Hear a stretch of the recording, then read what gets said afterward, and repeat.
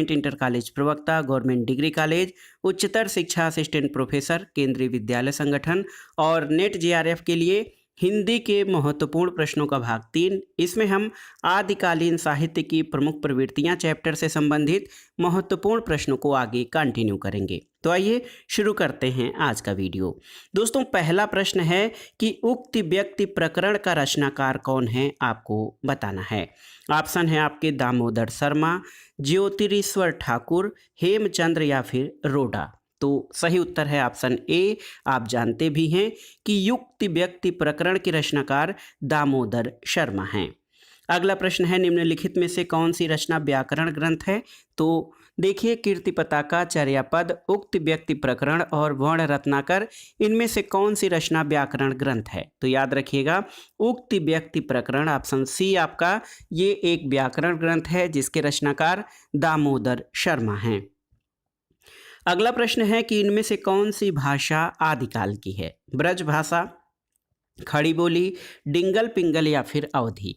तो आप देख लीजिए दोस्तों, डिंगल पिंगल भाषा ये आदिकाल की भाषा है और आप जानते हैं आदिकाल की भाषा मुख्य रूप से अपभ्रंश रही है और इसी अपभ्रंश की विभिन्न शैलियों से हिंदी की विभिन्न बोलियों और भाषाओं का विकास होता है और इन विकल्पों में डिंगल पिंगल आदिकालीन भाषा रही है जो क्रमशः राजस्थानी और ब्रज भाषा से मिलती जुलती है। और आप जान लीजिए दोस्तों, हिंदी चारण कवियों की भाषा या रासो साहित्य की भाषा मुख्य रूप से डिंगल रही है। डॉक्टर नगेंद्र ने अपने संपादित ग्रंथ हिंदी साहित्य के इतिहास में इसे भाषा न मानकर शैली माना है। अगला प्रश्न है चारण साहित्य किस साहित्य का दूसरा नाम है। तो आप जानते हैं चारण साहित्य ये रासो साहित्य का दूसरा नाम है। देखिए, डॉक्टर जॉर्ज ग्रियर्सन और राम कुमार वर्मा ने हिंदी साहित्य के प्रथम काल को चारण काल नाम दिया है। इस काल में राजाश्रित कवि अपने आश्रयदाता राजाओं के पराक्रमपूर्ण चरित्रों या गाथाओं का वर्णन करते थे। यही प्रबंध परंपरा रासो के नाम से जानी जाती है, जिसे लक्ष्य करके इस काल को वीरगाथा काल आचार्य रामचंद्र शुक्ल ने कहा है। आचार्य रामचंद्र शुक्ल ने इस काल की 12 रचनाओं का उल्लेख किया है, जिसमें विजयपाल रासो, नल्ल सिंह द्वारा, हमीर रासो सारंगधर वाला, खुमाण रासो जो है ये दोस्तों खुमाण रासो दलपत विजय द्वारा, विशल देव रासो नरपत नाल्ह द्वारा, पृथ्वीराज रासो चंद्रवरदाई द्वारा और परमाल रासो जगनिक द्वारा, इन्हीं कृतियों के आधार पर रामचंद्र शुक्ल ने इस काल को दोस्तों वीर गाथा काल कहा है। आप जान लीजिए कि सिद्ध साहित्य के इतिहास में 84 सिद्धों का उल्लेख मिलता है। सरहपा, सबरपा, लुईपा, बीरूपा, डोम्भिपा, कड़हपा, कुक्कुरिपा ये प्रमुख सिद्ध कवि हैं। नाथपंथी योगी अलख जगाते हैं। नाथपंथी जिन ग्रंथों को प्रमाण मानते हैं उनमें सबसे प्राचीन हठ योग्य संबंधी घेरंड संहिता और शिव संहिता है। गोरखनाथ द्वारा रचित प्रमुख कृतियों में हठ योग, गोरक्षनाथ ज्ञानामृत और गोरक्ष कल्प हैं। जैन साहित्य प्राकृत और संस्कृत भाषा में लिखे मिलते हैं। जैन साहित्य को आगम कहा जाता है और इनकी संख्या 12 बताई जाती है। अगले प्रश्न पर आते हैं, निम्नलिखित में से कौन 84 सिद्धों में नहीं है। बीरूपा, कड़हपा, सारंगधर और कुक्कुरिपा। तो सही उत्तर है सारंगधर। दोस्तों ये देखिए 84 सिद्धों में शामिल नहीं है। आप जान लीजिए सारंगधर ये हम्मीर रासो के रचनाकार हैं। अगला प्रश्न है सिद्धों की संख्या कितनी मानी जाती है। तो आपके लिए बहुत ही आसान सा ये प्रश्न है। 84 सिद्ध माने जाते हैं। आदिकाल में किस प्रकार का साहित्य लिखा जा रहा था, आपको बताना है। तो दोस्तों आदिकाल में जनजीवन से हटकर राजाओं की वीरता का अतिरंजित वर्णन करने वाला साहित्य लिखा जा रहा था, जिसको चारण साहित्य के नाम से भी जाना जाता है, क्योंकि ये दरबारी कवियों की प्रशंसा के लिए उनके प्रशंसात्मक जो है काव्य चारण काव्य कहा जाता था। अगला प्रश्न है रासो ग्रंथ किस भाषा में लिखे गए थे। ऑप्शन देखिए, खड़ी बोली, ब्रज भाषा, अवधी या फिर डिंगल पिंगल। तो सही उत्तर है ऑप्शन डी, डिंगल पिंगल। दोस्तों रासो ग्रंथों में भाषा के रूप में डिंगल पिंगल का प्रयोग किया गया है। डिंगल जहां राजस्थानी के निकट है, पिंगल ब्रज भाषा के निकट है। रासो साहित्य श्रृंगार और वीर रस युक्त है, जिसके लिए डिंगल पिंगल भाषा अनुकूल थी। और आदिकाल में दोस्तों मुख्य रूप से अपभ्रंश भाषा का प्रयोग किया जाता था, जो बाद में विभिन्न शैलियों में परिवर्तित होकर आधुनिक हिंदी में देखी जा रही है। अगले प्रश्न पर आते हैं दोस्तों। बहुत ही महत्वपूर्ण प्रश्न है कि निम्नलिखित में से कौन सी श्रेणी काल क्रमानुसार सही है आपको बताना है। तो इसमें कालक्रम के अनुसार जो श्रेणी है वो आप देख सकते हैं, बीसल देव रासो, फिर पृथ्वीराज रासो, उसके बाद हमीर रासो और फिर खुमार रासो। तो आप देखिए बीसल देव रासो के रचयिता नरपत नाल है, पृथ्वीराज रासो के रचयिता कौन है, चंदबरदाई, हमीर रासो के सारंगधर या खुमार रासो के रचयिता दलपत विजय हैं। आप देख लीजिए दोस्तों, ये ऑप्शन ए सही है, बीसल देव, पृथ्वीराज रासो, हमीर रासो और खुमार रासो। आचार्य रामचंद्र शुक्ल चंदबरदाई को हिंदी का प्रथम महाकवि और पृथ्वीराज रासो को हिंदी का प्रथम महाकाव्य मानते हैं, और मिश्र बंधुओं ने भी हिंदी का प्रथम वास्तविक महाकवि चंदबरदाई को ही माना है। अगला प्रश्न है, वीर गाथा कालीन रासो काव्यों में निम्नलिखित में से किस विषय का वर्णन नहीं है? आश्रयदाताओं का अतिरंजनापूर्ण वर्णन, इतिहास और कल्पना का मिश्रण, कृष्ण लीला का प्रतिपादन या फिर युद्धों का सजीव और गत्यात्मक वर्णन। तो दोस्तों, वीर गाथा कालीन रासो काव्यों में कृष्ण लीला का प्रतिपादन नहीं किया गया है। इन काव्यों में आश्रयदाताओं का अतिरंजनापूर्ण वर्णन, इतिहास और कल्पना का मिश्रण और युद्धों का सजीव चित्रण मिलता है। अगला प्रश्न है, उपदेश रसायन के रचनाकार कौन हैं? तो बहुत ही आसान सा प्रश्न है, जिन दत्त सूर्य दोस्तों ये उपदेश रसायन के रचनाकार हैं। उपदेश रसायन के बारे में कुछ अन्य तथ्य जान लेते हैं। उपदेश रसायन आदिकालीन कवि जिन दत्त सूर्य द्वारा रचित रासो काव्य परंपरा का ग्रंथ है, जो कि अपभ्रंश भाषा में लिखा गया है, और ये ग्रंथ गीत नृत्य परक धारा का रासो काव्य है। रासो ग्रंथों में आप देखिए, भरतेश्वर बाहुबली रास शालिभद्र सूरी, बुद्धि रास शालिभद्र सूरी, पेठद रास मंडलिक और जीव दया रास आसगु द्वारा लिखा गया है। अगला प्रश्न है दोस्तों, हिंदी साहित्य के 700 से 1400 ईस्वी के कालखंड को ग्रियर्सन द्वारा क्या नाम दिया गया है? ऑप्शन है संधि काल, प्रारंभिक काल, चारण काल या अपभ्रंश काल। तो सही उत्तर ऑप्शन सी, चारण काल। दोस्तों, हिंदी साहित्य के 700 से 1400 ईस्वी के कालखंड को जॉर्ज ग्रियर्सन ने चारण काल नाम दिया है। इसका प्रारंभ 640 ईस्वी के आसपास स्वीकार किया गया है। अधिकतर विद्वानों की कृतियों में ग्रियर्सन द्वारा काल विभाजन 700 से 1300 ईस्वी उद्धृत मिलता है, जिसे उन्होंने चारण काल दिया गया है। चारण काल कहा है। उत्तर प्रदेश लोक सेवा आयोग द्वारा पूछे गए इस प्रश्न में 700 से 1400 ईस्वी इसका उत्तर दिया गया है। अगला प्रश्न है, बीसल देव रासो में किस शैली का प्रयोग किया गया है? श्रृंगारिक, आख्यान, गेय या प्रबंध? तो सही उत्तर है गेय। दोस्तों, बीसल देव रासो मूलतः गेय काव्य था और इसके रूप में परिवर्तन होता रहा है। ये प्रेम और श्रृंगार से परिपूर्ण काव्य है, जिसमें भोज परमार की पुत्री राजमती और अजमेर के चौहान राजा बीसल देव तृतीय के विवाह, वियोग और पुनर्मिलन की कथा सरस शैली में प्रस्तुत की गई है। नरपत नाल ने दोस्तों बीसल देव रासो की रचना 1155 ईस्वी में की थी और बीसल देव रासो आदिकाल की एक श्रेष्ठ काव्य कृति है। बीसल देव रासो की श्रृंगार परंपरा का आदिकाल में ही अंत नहीं हो जाता। विद्यापति से होती हुई ये परंपरा भक्ति काल में प्रेमाख्यानक काव्यों तक पहुंची, कृष्ण भक्तों को भी प्रभावित किया और रीतिकाल में जाकर इसका सरस श्रृंगार काव्य के रूप में चरम विकास हुआ। बीसल देव रासो में हिंदी काव्य में प्रयुक्त होने वाला 12 मासा वर्णन सबसे पहले मिलता है। दोस्तों, बीसल देव रासो के बारे में कई सारे प्रश्न पूछे गए हैं। आपको बता दें कि बीसल देव रासो के रचनाकार कौन हैं, कई बार पूछा गया है। तो आप जानते हैं नरपत नाल बीसल देव रासो के रचनाकार हैं। अगला प्रश्न है, बीसल देव रासो में बीसल देव की पत्नी कौन है? तो सही उत्तर है बीसल देव की पत्नी भोज परमार की पुत्री राजमती रहती है। ऑप्शन ए आपका सही उत्तर है। अगले प्रश्न में पूछा गया है कि बीसल देव रासो के रचयिता कौन है? तो सही उत्तर है नरपत नाल। ऑप्शन सी आपका सही उत्तर है। यही प्रश्न आगे भी कई बार परीक्षाओं में पूछा गया है कि बीसल देव रासो के रचनाकार या रचयिता कौन है? तो आप जानते हैं नरपत नाल दोस्तों बीसल देव के रचनाकार हैं।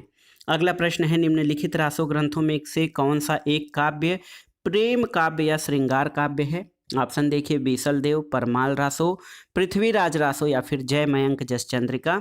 तो सही उत्तर है बीसल देव रासो दोस्तों, ये एक प्रेम काव्य और श्रृंगार काव्य का उदाहरण है। अगला प्रश्न है, निम्नलिखित में से किस रासो काव्य का मूल वर्ण विषय वीर रस न होकर श्रृंगार रस है? तो ये बहुत ही महत्वपूर्ण प्रश्न है दोस्तों। बीसल देव रासो जो है इसका मूल वर्ण विषय वीर रस न होकर प्रेम और श्रृंगार रस है। अगला प्रश्न है, राजमती से रूठकर बीसल देव कहाँ चला गया था? आपको बताना है, कर्नाटक, उड़ीसा, तमिलनाडु या फिर आंध्र। तो सही उत्तर है ऑप्शन बी, ओडिशा। दोस्तों, बीसल देव रासों में राजा भोज परमार की पुत्री राजमती और अजमेर के चौहान राजा बीसल देव तृतीय के विवाह, वियोग और पुनर्मिलन की कथा सरस शैली में प्रस्तुत है। इसमें वर्णित है कि राजमती की बातों से रुष्ट होकर स्वाभिमानी राजा बीसल देव उड़ीसा यानी जो अब का ओडिशा है चला गया था। 12 वर्ष तक राजमती उसके विरह में दुखी रहती है। वह राजभवन की दीवारों को कोसती हुई वन में रहने की कामना करती है। सामंती जीवन के प्रति गहरी अरुचि का सजीव चित्रण इस काव्य में मिलता है। अगला प्रश्न है, किस ग्रंथ को आल्हखंड के नाम से जाना जाता है? तो आल्हखंड के नाम से जगनिक के परमाल रासों को जाना जाता है। ऑप्शन सी आपका सही उत्तर है। दोस्तों, जगनिक का जो परमाल रासो ग्रंथ है ये आल्हखंड के नाम से जाना जाता है। इसमें महोबा उत्तर प्रदेश के वीर आल्हा और ऊदल की वीरता का वर्णन किया गया है और उत्तर प्रदेश के अवध और मध्य प्रदेश के बुंदेलखंड की सर्वाधिक लोकप्रिय वीर गाथा है। 1865 में चार्ल्स इलियट ने जिस आल्हखंड का प्रकाशन कराया था वह मौखिक परंपरा पर आधारित है और इसी प्रति के आधार पर डॉक्टर श्याम सुंदर दास ने परमाल रासों का पाठ निर्धारण किया और उसे नागरी प्रचारणी सभा से प्रकाशित कराया। अगला प्रश्न है दोस्तों, उत्तर प्रदेश में आल्हखंड के नाम से कौन सा काव्य प्रचलित है? तो आप जानते हैं परमाल रासो। अगला प्रश्न है, आल्हा और ऊदल के चरित्र को वीर गीतात्मक काव्य के रूप में रचने वाले कवि कौन हैं? तो ये हैं जगनिक। जगनिक की कृति है परमाल रासो और इसे आल्हखंड भी कहा जाता है, जिसमें महोबा के 2 सेनापतियों आल्हा और ऊदल के जो है वीर गाथात्मक वर्णन किया गया है। अगला प्रश्न है, आल्हखंड नामक काव्य ग्रंथ का दूसरा नाम क्या है? तो आप जानते हैं जगनिक कृत परमाल रासो। यही प्रश्न कई बार पूछा गया है तो कंफ्यूज मत होइएगा। आल्हखंड का दूसरा नाम क्या है? तो परमाल रासो नाम है। परमाल रासो काव्य कृति के कवि का क्या नाम है? तो आप जानते हैं जगनिक परमाल रासो के रचनाकार हैं। अगला प्रश्न है दोस्तों, आल्हा और ऊदल नामक 2 वीर सरदारों की वीरतापूर्ण लड़ाइयों का वर्णन कहाँ पर मिलता है? तो सही उत्तर है परमाल रासो, जिसको कि आल्हखंड भी कहा जाता है।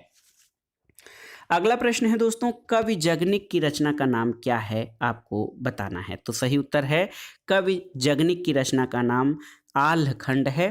तो याद रखिएगा, आल्हखंड और परमाल रासो जो है दोस्तों, ये इसका नाम जो परमाल रासो है मेन, इसको आल्हखंड नाम से भी जाना जाता है, जो कि जगनिक की रचना है। अगला प्रश्न है, परमाल रासो के लेखक कौन हैं? तो आप जानते हैं परमाल रासो के लेखक जगनिक हैं। अगला प्रश्न, आल्हा और ऊदल किस राजा के सामंत थे? तो आप जान लीजिए ये परमाल राजा के सामंत थे। आल्हा और ऊदल राजा परमाल के सामंत थे, जिनकी वीरता का वर्णन जगनिक ने परमाल रासों में किया है। अगला प्रश्न एक देखिए, दोहा है कि 12 बरिस ले कुकर जिए और 13 ले जिए सियार, बरिस 18 छत्री जिए आगे जीवन को धिक्कार। ये किस विधा की रचना है? सोहर, कजली, बिरहा या आल्हा? तो सही उत्तर है ऑप्शन डी, आल्हा विधा की ये रचना है और ये पंक्तियां जगनिक द्वारा रचित परमाल रासों से ली गई हैं। इसमें आल्हा और ऊदल नामक 2 वीर सरदारों की वीरतापूर्ण लड़ाइयों का वर्णन है और इसमें वीर भावना का जितना प्रौढ़ रूप मिलता है उतना अन्यत्र दुर्लभ है। युद्धों के अत्यंत प्रभावकारी वर्णनों की इस काव्य में भरमार है। इसकी रचना लोक गाथा के रूप में न होकर शुद्ध काव्य के रूप में हुई है और ये आल्हा विधा है। अगला प्रश्न है दोस्तों, वीर गाथा काल के प्रसिद्ध प्रबंध काव्य का नाम क्या है? ऑप्शन है पद्मावत, पृथ्वीराज रासो, कामायनी या फिर रामचरितमानस। तो सही उत्तर है ऑप्शन बी, पृथ्वीराज रासो। दोस्तों, वीर गाथा काल का प्रसिद्ध प्रबंध काव्य पृथ्वीराज रासो है, जिसे आचार्य रामचंद्र शुक्ल ने हिंदी का प्रथम महाकाव्य और इसके रचयिता चंद्रवरदाई को हिंदी का प्रथम कवि माना है। पृथ्वीराज रासो के 4 संस्करण प्रसिद्ध हैं। सबसे बड़े संस्करण का प्रकाशन नागरी प्रचारणी सभा काशी से हुआ है। इसकी हस्तलिखित प्रतियां जो है उदयपुर के संग्रहालय में हैं। 1585 में लिखित प्रति के आधार पर रासों का संपादन कराया गया।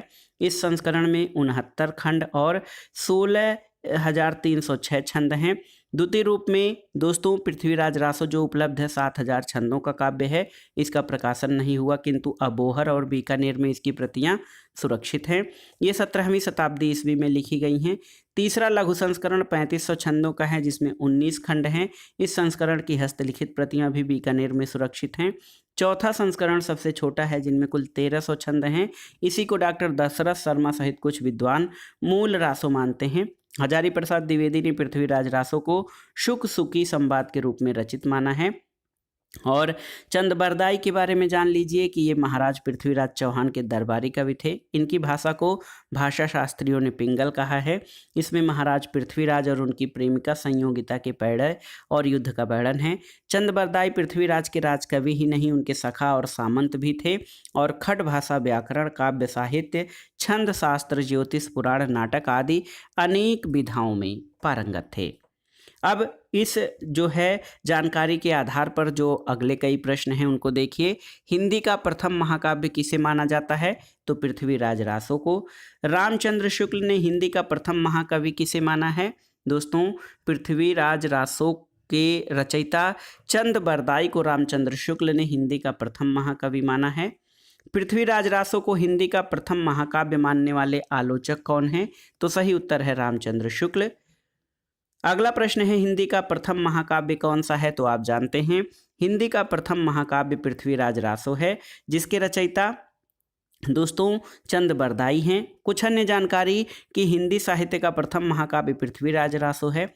खड़ी बोली हिंदी का प्रथम महाकाव्य प्रियप्रवास है और पृथ्वीराज रासो आदिकालीन रचना है। इसके रचनाकार चंद-बरदाई हैं। प्रियप्रवास के रचनाकार अयोध्या सिंह उपाध्याय हरिऔध हैं। अगला प्रश्न है दोस्तों हिंदी साहित्य का प्रथम महाकाव्य कौन सा है? आपको बताना है। यही प्रश्न बार बार पूछा गया है। तो पृथ्वीराज रासो है। पृथ्वीराज रासो के रचयिता कौन है? चंद-बरदाई महाकवि जो माने जाते हैं हिंदी के प्रथम महाकवि। अगला प्रश्न है पृथ्वीराज रासो के रचयिता कौन है? तो आप जानते हैं दोस्तों चंद-बरदाई। पृथ्वीराज रासो के कवि कौन हैं? तो चंद-बरदाई हैं। पृथ्वीराज रासो के रचयिता का नाम बताइए। तो आप जानते हैं चंद-बरदाई हैं। चंद-बरदाई किसके दरबारी कवि थे? तो ये दोस्तों चंद-बरदाई महाराज पृथ्वीराज चौहान के दरबारी कवि थे। ऑप्शन डी आपका सही उत्तर है। पृथ्वीराज रासो किस कवि की रचना है? तो आप जानते हैं कि चंद-बरदाई की रचना है पृथ्वीराज रासो। अगला प्रश्न है हिंदी का प्रथम महाकाव्य किस रचना को माना जाता है? तो सही उत्तर है पृथ्वीराज रासो। चंद-बरदाई कृत पृथ्वीराज रासो को हिंदी का प्रथम महाकाव्य और चंद-बरदाई को हिंदी का प्रथम महाकवि माना जाता है। अगला प्रश्न है पृथ्वीराज किसके प्रति अनुरक्त था? तो सही उत्तर है संयोगिता के प्रति। और पृथ्वीराज कन्नौज के राजा जयचंद की पुत्री संयोगिता के प्रति अनुरक्त थे। संयोगिता भी पृथ्वीराज पर अनुरक्त थी और पृथ्वीराज के बढ़ते हुए उत्कर्ष को जयचंद सहन न कर सका और मन ही मन द्वेष भाव रखने लगा। पृथ्वीराज को नीचा दिखाने के लिए जयचंद ने उसकी मूर्ति द्वार पर लगवा दी और संयोगिता के स्वयंवर की घोषणा की। संयोगिता ने मूर्ति स्वरूप पृथ्वीराज के गले में वरमाला डाल दी और उसी समय पृथ्वीराज आए और संयोगिता को घोड़े पर बिठाकर दिल्ली ले गए। अगला प्रश्न है पृथ्वीराज रासो में पृथ्वीराज के पिता कौन हैं? तो सही उत्तर है दोस्तों सोमेश्वर। देखिए पृथ्वीराज रासो में पृथ्वीराज के पिता राजा सोमेश्वर हैं। और दोस्तों आप देख सकते हैं कि पृथ्वीराज रासो, परमाल रासो और बलभद्र विलास नामक ग्रंथों से पता चलता है कि हस्तिनापुर दिल्ली के राजा अनंगपाल तोमर का राजा कामध्वज से युद्ध हुआ। अजमेर के राजा सोमेश्वर जो पृथ्वीराज चौहान के पिता थे, उन्होंने राजा अनंगपाल की सहायता की। तब अनंगपाल ने अपनी पुत्री इंद्रावती का विवाह राजा सोमेश्वर से करके उनका एहसान चुकाया और रानी इंद्रावती का एक नाम कमला भी था। अगला प्रश्न है सूची 1 का सूची 2 से मिलान कीजिए और दिए गए कूट से सही उत्तर का चयन कीजिए। इसमें जो है रासो काव्य और उनके रचनाकारों के नाम दिए गए हैं। तो इसमें आपको देखिए बीसल देव रासो, ये नरपति नाल, ये है ए का दूसरा हो जाएगा। पृथ्वीराज रासो के चंद-बरदाई, परमाल रासो के जगनिक और खुमार रासो के दलपत विजय, ये जो है रचनाकार या लेखक हैं। तो सही उत्तर ऑप्शन बी हो जाएगा। देखिए बी 2, 4, 1 और 3। अगला प्रश्न है दोस्तों, खुमार रासों के रचयिता कौन है? तो आप जानते हैं खुमार रासों के रचयिता दलपत विजय हैं, आप इसको याद कर लीजिएगा। यही प्रश्न फिर से पूछा गया है कि खुमार रासों के रचयिता कौन है? तो आप जानते हैं दलपत विजय दोस्तों खुमार रासों के रचयिता हैं। ऑप्शन ए आपका सही उत्तर है। अगला प्रश्न है, आदिकालीन हिंदी काव्यधारा में उपलब्ध नहीं है क्या? देखिए, जैन साहित्य, सिद्ध साहित्य, सिख साहित्य या नाथ साहित्य। तो सही उत्तर है आदिकालीन जो है हिंदी काव्य धारा में सिख साहित्य उपलब्ध नहीं है।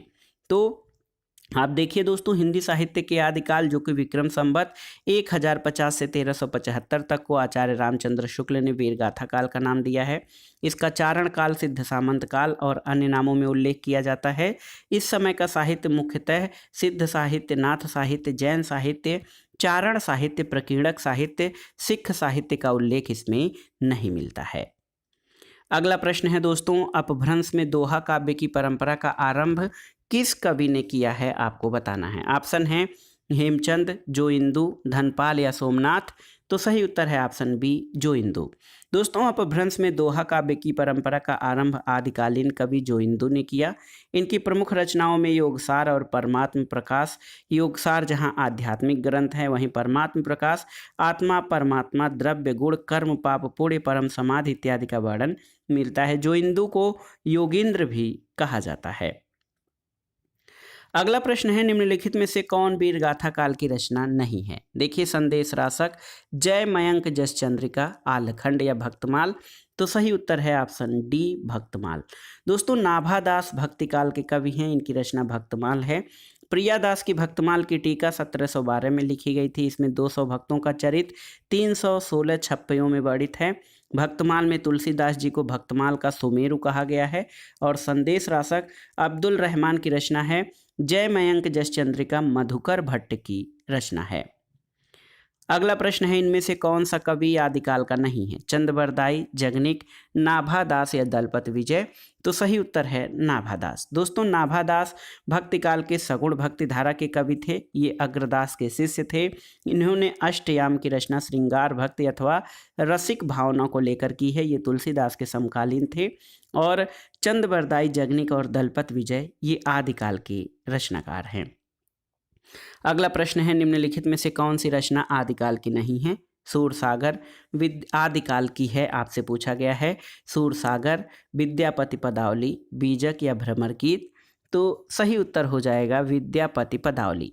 दोस्तों, पदावली आदिकाल की रचना है जो विद्यापति द्वारा रचित कृष्ण भक्ति विषयक श्रृंगार रस से परिपूर्ण है। इसमें राधा कृष्ण की प्रेम लीलाओं का वर्णन किया गया है। और आप जान लीजिए कि सूरसागर, बीजक और भ्रमर गीत क्रमशः सूरदास, कबीरदास और सूरदास की रचनाएं हैं। अगला प्रश्न है, आदिकालीन साहित्य का मुख्य रस क्या है? शांत, हास्य, करुण या वीर। तो सही उत्तर है आप जानते हैं वीर रस। आदिकालीन साहित्य का प्रमुख रस वीर रस है। और इसी आधार पर आचार्य रामचंद्र शुक्ल ने आदिकाल का नाम वीर गाथा काल रखा था। और इस नाम को स्पष्ट करते हुए वे लिखते हैं कि आदिकाल की इस दीर्घ परंपरा के बीच प्रथम 150 वर्ष के भीतर तो रचना की किसी विशेष प्रवृत्ति का निश्चय नहीं होता। धर्म, नीति, श्रृंगार, वीर सब प्रकार की रचनाएं दोहों में मिलती हैं। और राजाश्रित कवि अपने आश्रयदाता राजाओं को पराक्रमपूर्ण गाथाओं का वर्णन करते थे। इस काल की प्रधान प्रवृत्ति वीरता की थी, यानी इस काल में वीर गाथात्मक काव्यों की प्रधानता थी। अगला प्रश्न है, विद्यापति ने कुल कितने ग्रंथों की रचना की है? आपको बताना है। तो सही उत्तर है, याद रखिएगा, विद्यापति ने कुल 14 ग्रंथों की रचना की है। विद्यापति की अधिकांश रचनाएं संस्कृत और अवहट्ट में हैं। कीर्तिलका और कीर्ति पताका इनकी अवहट्ट भाषा की रचना है। इनकी तीसरी रचना जिसके कारण इनका जो है प्रसिद्धि है पदावली है। इसकी भाषा मैथिली है। इसमें कीर्ति पताका अभी तक संपादित होकर प्रकाशित नहीं हुई है। कीर्तिलता ऐतिहासिक महत्व का छोटा सा प्रबंध काव्य है। इसकी भाषा अवहट्ट है। विद्यापति ने इसे कहानी कहा है। पदावली विद्यापति के यश का आधार है। इनकी अन्य रचनाओं में भू परिक्रमा, पुरुष परीक्षा, लिखनावली, शैव सर्वस्वसार, गंगा वाक्यावली, दान वाक्यावली, दुर्गा भक्ति तरंगड़ी, विभागसार, वर्षकृत्य और गयापतन है। गोरक्ष विजय इनका प्रसिद्ध नाटक है। इस प्रकार इन्होंने कुल 14 ग्रंथों की रचना की है। अगला प्रश्न है विद्यापति के पद किस भाषा में रचित हैं, आपको बताना है। तो सही उत्तर है विद्यापति के पद जो हैं दोस्तों वो आपकी मैथिली भाषा में रचित हैं। ऑप्शन बी सही उत्तर है। दान वाक्यावली के रचनाकार कौन हैं? तो विद्यापति दान वाक्यावली के रचनाकार हैं। विद्यापति ने कुल 14 ग्रंथों की रचना की है। अगला प्रश्न है दोस्तों विद्यापति किस भाषा के रचनाकार थे? भोजपुरी, प्राकृत, ब्रज या मैथिली? तो सही उत्तर है मैथिली भाषा के रचनाकार थे। विद्यापति की कौन सी रचना अभी तक संपादित होकर प्रकाशित नहीं हुई है? तो ये है दोस्तों अवहट्ट भाषा में लिखी गई कीर्ति पताका, ये अभी तक संपादित नहीं हुई है। अगला प्रश्न है विद्यापति को कृष्ण भक्तों की परंपरा में न समझना चाहिए, ये किसका कथन है? हजारी प्रसाद द्विवेदी, रामचंद्र शुक्ल, राम कुमार वर्मा या बच्चन सिंह? तो सही उत्तर है आचार्य रामचंद्र शुक्ल का कहना है कि विद्यापति को कृष्ण भक्तों में नहीं समझना चाहिए, क्योंकि आप देखिए विद्यापति के पद अधिकतर श्रृंगार के हैं, जिनमें नायक और नायिका जो है दोस्तों राधा कृष्ण हैं। जिस रचना के कारण विद्यापति मैथिल कोकिल कहलाए वह इनकी पदावली है। विद्यापति शैव थे, उन्होंने पदों की रचना श्रृंगार काव्य की दृष्टि से की है, भक्त के रूप में नहीं। और आचार्य रामचंद्र शुक्ल का कहना था कि आध्यात्मिक रंग के चश्मे आजकल बहुत सस्ते हो गए हैं, उन्हें चढ़ाकर जैसे कुछ लोगों ने गीत गोविंद के पदों को आध्यात्मिक संकेत बताया है, वैसे विद्यापति के इन पदों को भी। तो एक तरह से कहा जाए तो विद्यापति को कृष्ण भक्तों की परंपरा में नहीं समझना चाहिए, आचार्य रामचंद्र शुक्ल का कहना है। अगला प्रश्न है दोस्तों विद्यापति इनमें से किस रचना के आधार पर मैथिल कोकिल कहलाए? तो सही उत्तर है पदावली। दोस्तों पदावली जो है ये विद्यापति के प्रसिद्धि का आधार है। इन्होंने अपने समय की प्रचलित मैथिली भाषा का व्यवहार किया है और विद्यापति के पद अधिकतर श्रृंगार के हैं, जिनमें नायिका और नायक राधा कृष्ण हैं। अगला प्रश्न है विद्यापति को मैथिल कोकिल की उपाधि उनकी किस रचना के आधार पर दी गई है? कीर्तिलता, कीर्ति पताका, गीत गोविंद या पदावली? तो किस रचना के आधार पर? तो सही उत्तर है ऑप्शन डी, पदावली के आधार पर विद्यापति को मैथिल कोकिल की उपाधि दी गई है। अगला प्रश्न है काम भाव और शरीर का सौंदर्य उनके यहाँ उत्सव रूप में है, विद्यापति के संदर्भ में ये कथन किसका है? तो याद रखिएगा ये राम स्वरूप चतुर्वेदी जो कि इतिहासकार हैं। हिंदी साहित्य और संवेदना का विकास 1986 में विद्यापति के संदर्भ में लिखते हैं कि काम भाव और शरीर सौंदर्य उनके यहाँ उत्सव रूप में है, इसलिए चिर परिचित होते हुए भी वे चिर नवीन हैं। अगला प्रश्न है देसिल बना सबजन मिठा, ये प्रसिद्ध उक्ति किसने कही है? तो सही उत्तर है ये विद्यापति की रचना है। इसका अर्थ होता है अपने देश या अपनी भाषा सबको मीठी लगती है, यही जानकर मैंने इनकी रचना की है। मैथिल कोकिल विद्यापति का पूरा नाम विद्यापति ठाकुर था। अगला प्रश्न है देसिल बयाना सब्जन मिठा तय तैसन जंपू अवहट्टा, ये काव्य कृतियाँ किस आदिकालीन कवि की रचना से हैं? तो सही उत्तर है ये जो लाइनें हैं, ये पंक्तियां हैं विद्यापति की रचना से है, जो कहते हैं कि अपना देश या अपनी भाषा सबको मीठी लगती है, और यही जानकर मैंने इस भाषा में इसकी रचना की है। अगला प्रश्न है निम्न में से कौन सा कवि अभिनव जयदेव की उपाधि से विभूषित है? तो याद रखिएगा अभिनव जयदेव विद्यापति को कहा जाता है। विद्यापति ने ओइनवार राजवंश के विभिन्न आश्रयदाता राजाओं के संरक्षण में गीत रचे। इनके गीतों के भाव, वैशिष्ट और माधुर्य गुण से प्रभावित होकर ओइनवार कुल शिरोमणि महाराजा शिव सिंह ने विद्यापति को अभिनव जयदेव की उपाधि से विभूषित किया था। अगला प्रश्न फिर से पूछा गया है, तो याद रखिएगा महत्वपूर्ण प्रश्न है। किस कवि को अभिनव जयदेव के नाम से जाना जाता है? तो विद्यापति को। विद्यापति किसके आश्रित कवि थे? तो सही उत्तर है दोस्तों विद्यापति जो है ये मिथिला के निवासी थे और इनको कई प्रकार की उपाधियां प्राप्त थीं।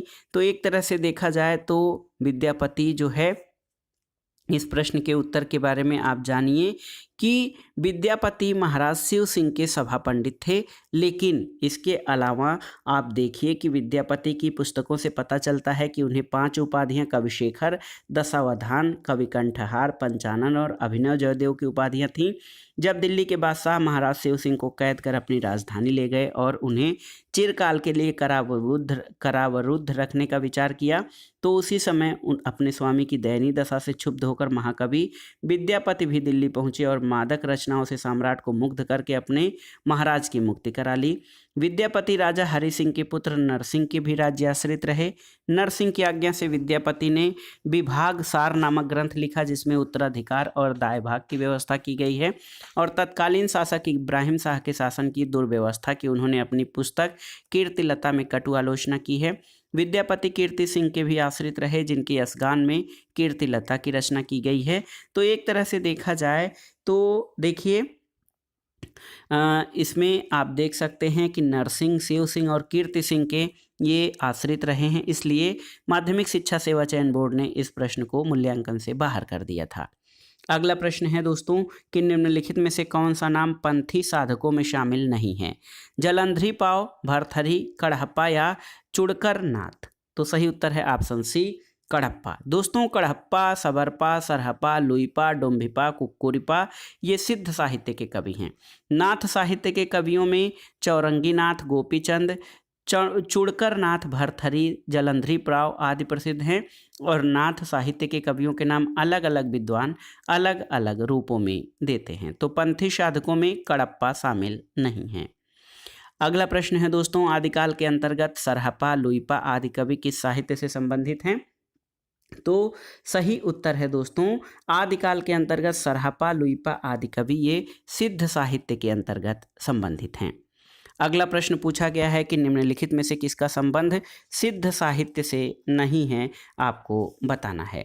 तो सही उत्तर है दोस्तों, गोपीचंद का संबंध सिद्ध साहित्य से नहीं है, जबकि सरहपा, कुक्कुरिपा, सबरपा ये सिद्ध साहित्य से संबंधित हैं। अगला प्रश्न है सरहपा का संबंध किससे है?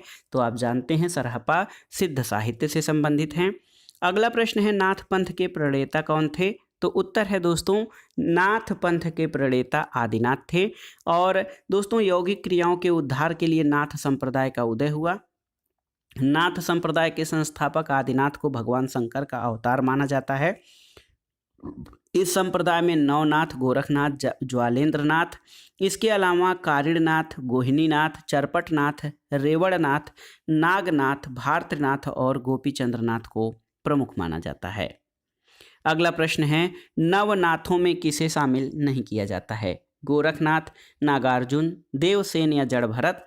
तो सही उत्तर है देवसेन को। दोस्तों गोरखनाथ, नागार्जुन और जड़भरत को नवनाथों में शामिल किया जाता है, जबकि देवसेन ये एक जैन कवि हैं। श्रवकाचार देवसेन की प्रमुख कृति है।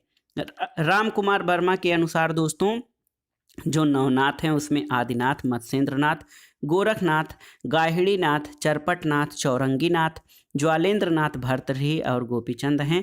जबकि गोरक्ष सिद्धांत संग्रह के अनुसार नागार्जुन, जड़भरत, हरिचंद, सत्यनाथ, भीमनाथ, गोरखनाथ, चरपट, जालंधर और मलयार्जुन ये नवनाथों में शामिल हैं। अगला प्रश्न है नाथों की संख्या कितनी मानी गई है, आपको बताना है। तो सही उत्तर है ऑप्शन डी, नाथों की संख्या 9 मानी गई है। नाथ पंथ के प्रवर्तक कौन हैं? तो देखिए नाथ पंथ के प्रवर्तक दोस्तों मत्स्येंद्रनाथ और गोरखनाथ दोनों लोगों को माना जाता है। बी और सी दोनों ही ऑप्शन आपके सही हैं। दोस्तों देखिए नाथ पंथ के प्रवर्तक मत्स्येंद्रनाथ और गोरखनाथ दोनों हैं। डॉक्टर नगेन द्वारा संपादित हिंदी साहित्य के इतिहास में ये कहा गया है कि इस पंथ यानी नाथ पंथ के चलाने वाले मत्स्येंद्रनाथ, मच्छंदरनाथ और गोरखनाथ माने गए हैं। इसी पुस्तक में गोरखनाथ का परिचय देते हुए बताया गया है कि गोरखनाथ नाथ साहित्य के आरंभकर्ता माने जाते हैं। मत्स्येंद्रनाथ गोरखनाथ के गुरु थे। ऐसा माना जाता है कि गोरखनाथ से पहले अनेक संप्रदाय थे, जिन सब का उनके नाथ पंथ में विलय हो गया था। अगला प्रश्न है दोस्तों नाथ संप्रदाय के प्रवर्तक इनमें कौन थे? तो सही उत्तर है नाथ संप्रदाय के प्रवर्तक गोरखनाथ थे। गोरखनाथ के गुरु का क्या नाम था? तो आप जानते हैं मत्स्येंद्रनाथ या मच्छंदरनाथ गोरखनाथ के गुरु का नाम था। अगला प्रश्न है नाथ संप्रदाय में हठ योग का अर्थ क्या होता है, आपको बताना है। तो ह का अर्थ सूर्य और ठ का अर्थ चंद्र, यानी दोनों का योग हठ योग कहलाता है। नाथ संप्रदाय में हठ योग का अर्थ यही था। दोस्तों गोरखनाथ ने हठ योग का उपदेश दिया था। हठ योगियों के सिद्ध सामंत पद्धति ग्रंथ के अनुसार ह का अर्थ सूर्य और ठ का अर्थ चंद्र है। इन्हीं दोनों के योग को हठ योग कहते हैं और गोरखनाथ ने ही खड़ चक्रों वाला योग मार्ग हिंदी साहित्य में चलाया था। अब आइए अगले प्रश्न पर आते हैं दोस्तों। ये प्रश्न है कि हठ योग का उपदेश किसने दिया था? तो जान लीजिए, हठ योग का उपदेश नाथ संप्रदाय के प्रवर्तक गोरखनाथ ने दिया था। अगला प्रश्न है, सिद्धों की साधना में शून्य का पूरक तत्व क्या था? देखिए, वज्र, अग्नि, चित्र या ज्ञान। तो सही उत्तर है वज्र। देखिए, तांत्रिक सिद्धों का मूलाधार लोकायत और भौतिकवादी था, लेकिन सामंती व्यवस्था की सत्ताधारी विचारधारा ने उनको भी अपनी कालाग्नि में लपेट लिया और वे पंच महाभूतों को समस्त भव यानी संसार का बीज मानने और काया से मन की उत्पत्ति मानने के बजाय चित्त को ही भव तथा निर्वाण का बीज मानकर चिंता कारणवादी बन बैठे। इंद्रियों और उनके विषयों को उन्होंने पंचभूतों पर आश्रित रखा, लेकिन छठी इंद्री यानी मन के केंद्र से उलटकर अर्ध अध्यात्मवादी और दिग्भ्रमित यानी लोकायतवादी हो गए और इस प्रतिस्थापन का सूक्ष्म केंद्र मन हुआ। और आप देख सकते हैं कि मन आदि के रूप में निर्मल और सहज स्वभाव वाला हुआ। वह संकल्प निवेशित चित्त है। यही प्रज्ञा और उपाय के समागम से समन्वित होकर बोधिचित्त है, जिसमें शून्यता और करुणा की अद्वैता है। इसी चित्र को प्राण द्वारा कमल में आसीन किया जाता है, तब यह वज्र रूप होता है। राग ही वज्र है, उपाय है और मुद्रा के आगे महामुद्रा साधना का पूरक है। अतः करुणा भूषित राग ही महामुद्रा से समागम करने पर महाराग होता है, जो मोक्ष का हेतु है। यह करुणा भूषित राग यानी महाराग शून्यता से समागम करने की प्रवृत्ति के कारण वज्र राग है। इसलिए स्पष्ट है कि सिद्धों की साधना में शून्य का पूरक तत्व वज्र है। अगला प्रश्न है, सिद्ध कवियों द्वारा प्रयुक्त भाषा को क्या कहा जाता है? तो सही उत्तर है संध्या भाषा। दोस्तों, सिद्ध कवियों के द्वारा जो भाषा प्रयोग की गई है उसको संध्या भाषा या साध्या कहा जाता है। इन्होंने संध्या भाषा शैली में रचनाएं की। संध्या भाषा वस्तुतः अंतः साधनात्मक अनुभूतियों का संकेत करने वाली प्रतीक भाषा है और इस भाषा शैली का उपयोग नाथों ने भी किया है। अगला प्रश्न है, निम्नलिखित में से सिद्ध साहित्य के विषय में कौन सा कथन सत्य नहीं है? देखिए, सिद्ध साहित्य का झुकाव सहज साधना की ओर है, सही है। सिद्ध साहित्य के प्रथम कवि सरहप्पा हैं, सही है। सिद्ध साहित्य की रचना चर्या पदों और दोहा में हुई है, सही है। सिद्ध साहित्य का प्रणयन पिंगल भाषा में हुआ है, ये सही नहीं है। दोस्तों, डॉक्टर तोसी तोरी अपनी पुस्तक पुरानी राजस्थानी में गुजरात और राजस्थान के पश्चिमी भाग की भाषा को पुरानी पश्चिमी राजस्थानी और सूरसेन तथा राजस्थान के पूर्व भाग की भाषा को पिंगल अपभ्रंश नाम देते हैं और सिद्ध साहित्य का प्रणयन पिंगल भाषा में नहीं था, अतः विकल्प डी आपका असत्य है। अगला प्रश्न है दोस्तों, हिंदवी शब्द का प्रयोग सबसे पहले किस इतिहासकार ने किया है? आपको बताना है। देखिए, रामचंद्र शुक्ल, इब्न बतूता, अबू सईद या बदायूनी। तो सही उत्तर है आपका कि हिंदवी शब्द का प्रयोग, दोस्तों हिंदवी शब्द का प्रयोग सबसे पहले अबू सईद ने किया है। ऑप्शन सी आपका सही उत्तर है। अमीर खुसरो ने भी हिंदवी शब्द का प्रयोग किया है और तुर्क हिंदुस्तानियम मन हिंदवी गोयम जवाब, परंतु अबू सईद अमीर खुसरो के पूर्ववर्ती इतिहासकार हैं। तो एक तरह से देखा जाए तो अबू सईद ने सबसे पहले हिंदवी शब्द का प्रयोग किया है और इनके बाद अमीर खुसरो ने भी हिंदवी शब्द का प्रयोग किया है। अगला प्रश्न है दोस्तों, पार्श्वनाथ चरित के लेखक कौन हैं? वीर नंदी, धनंजय, मुनिजिन विजय या वादिराज। तो सही उत्तर है ऑप्शन डी वादिराज। दोस्तों, पार्श्वनाथ चरित के लेखक वादिराज हैं। इस ग्रंथ में उन्होंने आचार्य गृद्धपिच्छ का उल्लेख किया है। इन्हें स्यायाद्ध विद्यापति भी कहा जाता है। दोस्तों, आदिकालीन जैन साहित्य में आप देख सकते हैं कि श्रवकाचार्य देवसेन की रचना है। कुमारपाल प्रतिबोध सोम प्रभासूर्य की रचना है। प्रबंध चिंतामणि मेरुतुंग की और नेमिनाथ रास ये सुमितगण की रचना है। अगला प्रश्न है और इस आज के वीडियो का आखिरी प्रश्न है, निर्भय भीम व्यायोग। देखिए, निर्भय भीम व्यायोग के लेखक कौन हैं? धनपाल, राजशेखर, धर्मप्रभ सूर्य या रामचंद्र सूर्य। तो सही उत्तर ऑप्शन डी रामचंद्र सूर्य। दोस्तों, निर्भय भीम व्यायोग के लेखक रामचंद्र सूर्य हैं। ये जैन आचार्य थे और इन्हें सिद्धराज जयसिंह और कुमारपाल का राजाश्रय प्राप्त था। शुद्धा कलश और कुमार विहार शतक इनके प्रमुख काव्य हैं। तो दोस्तों, ये था आज का वीडियो। इसमें आपने आदिकालीन साहित्य की प्रमुख प्रवृत्तियां और उनकी विशेषताओं, रचनाओं और रचनाकारों से संबंधित महत्वपूर्ण प्रश्नों को आपने पढ़ा। ये प्रश्न आपके आगामी परीक्षाओं के लिए बहुत ही उपयोगी है, आप इनको तैयार कर लीजिएगा। दोस्तों, अगले भाग में हम हिंदी साहित्य के दूसरे काल भक्ति काल से संबंधित महत्वपूर्ण प्रश्नों को देखेंगे। वीडियो आपको कैसा लगा हमें कमेंट बॉक्स में ज़रूर बताइएगा। वीडियो को लाइक करें, शेयर करें और इस चैनल मार्गदर्शन फॉर सिविल सर्विसेज को सब्सक्राइब करें। वीडियो देखने के लिए धन्यवाद दोस्तों। नमस्कार।